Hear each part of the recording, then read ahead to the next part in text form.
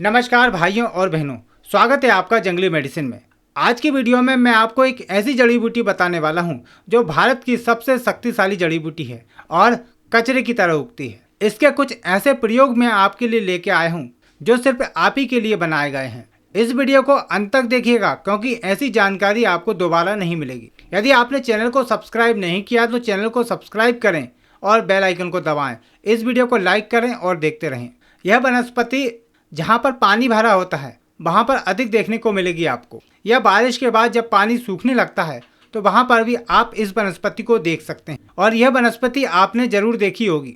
इस पर इस तरह के फूल लगते हैं और संपूर्ण पौधा कांटेदार होता है और इसकी आकृति देखकर आप इसको पहचान लेंगे। जगह जगह इस पर गुम्बा बनी होती है। इसके तने पर इसके फूलों के साथ इस पर इस तरह के नीले रंग के फूल लगते हैं और इसके तने पर गुम्बा जैसी आकृति बनी हुई होती है, इसलिए इसको पहचानना बहुत आसान होता है। भारत में इसको ताल मखाना कहा जाता है। सामान्य बोलचाल में इसको ताल मखाना, कोकुल कांटा, कोकिलाक्ष, ऊंट कटारू आदि नाम से इसको जानते हैं। इसके वनस्पतिक नाम की बात करें तो इसका वनस्पतिक नाम है हाइग्रोफिला आरिकुलाटा। आपके क्षेत्र में इसको क्या नाम से जानते हैं और इसका क्या प्रयोग करते हैं, आप कमेंट द्वारा जरूर बताना। चलिए इसके औषधीय प्रयोग मैं आपको बताता हूँ। उससे पहले इसके आयुर्वेदिक औषधीय गुण हम जान लेते हैं क्योंकि प्रयोग तो इसके काफ़ी सारे हैं। आयुर्वेदिक मत के अनुसार इसके पत्ते मीठे, कड़वे, स्वादिष्ट, पौष्टिक, कामोद्दीपन, निद्रा लाने वाले और अतिसार, प्यास, मूत्र संबंधी रोगों में लाभकारी होते हैं। यह नेत्र विकार, प्रदाह, शूल, जलोदर, उदर विकार, कब्जियत, मूत्र अवरोध आदि में लाभकारी होते हैं। दोस्तों, इसके बीज शीतल, स्वादिष्ट, कसैले और कड़वे होते हैं। यह वीरवर्धक, शक्तिवर्धक, अत्यंत बलकारी, गर्भपात और कामेंद्रियों को उत्तेजना देने वाले होते हैं। इसके पंचांग की राख मूत्रल होती है। इसकी जड़ का काढ़ा सूजक तथा बस्ती की सूजन में दिया जाता है। यकृत के लोगों में इसकी जड़ का काढ़ा लाभकारी होता है। इसके बीजों के अंदर एक चिकना पदार्थ पाया जाता है जिसमें 23% पीला तेल जैसा निकलता है। यूनानी मत के अनुसार इसके पत्ते खांसी, प्रमेह, कटिवात, जोड़ों के दर्द आदि में उपयोगी होते हैं। यूनानी मत में एक प्रयोग बताया गया है जो सभी तरह के पथरियों के लिए है, चाहे वह किडनी की पथरी हो या पित्ताशय की पथरी, सभी में यह प्रयोग फायदा करता है। इस संपूर्ण पौधे को आपको लेना है और उसको छाया में सुखा लेना है। फिर इसको जलाकर इसकी राख बना लें। फिर इसकी राख की 4 से 5 ग्राम की मात्रा को दिन में 2 बार तक देने से पथरी निकलने लगती है। आप चाहें तो इसका ताज़ा प्रयोग भी कर सकते हैं। इसके पंचांग को कूटकर इसका रस निकाल लें और आधा कप मात्रा में दिन में 2 बार पिलाते हैं तो पथरी निकल जाती है। पथरी चाहे कैसी भी हो वह टूट टूट कर निकल जाती है। जिन व्यक्तियों को शारीरिक कमजोरी है वह इसके बीजों का चूर्ण आधा ग्राम से लेकर 3-4 ग्राम तक की मात्रा गुनगुने दूध के साथ मिश्री मिले दूध के साथ सेवन करें। धातु की कमी दूर होगी और शरीर में शक्ति आएगी। इसके बीज बहुत ही शक्तिवर्धक होते हैं और यह पौधा शीतल प्रकृति का होता है। यह शीतवीर्य औषधि है। हमारे आचार्य बागभट्ट जी ने इसके बारे में बहुत कुछ लिखा है।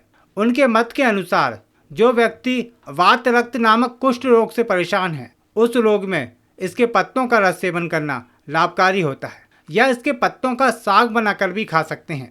आचार्य चरक ऋषि के अनुसार गोखरू, ताल मखाना और एरंड की जड़ को दूध में घिसकर पीने से मूत्रघात, पथरी और मूत्रकुच्चू ठीक होते हैं।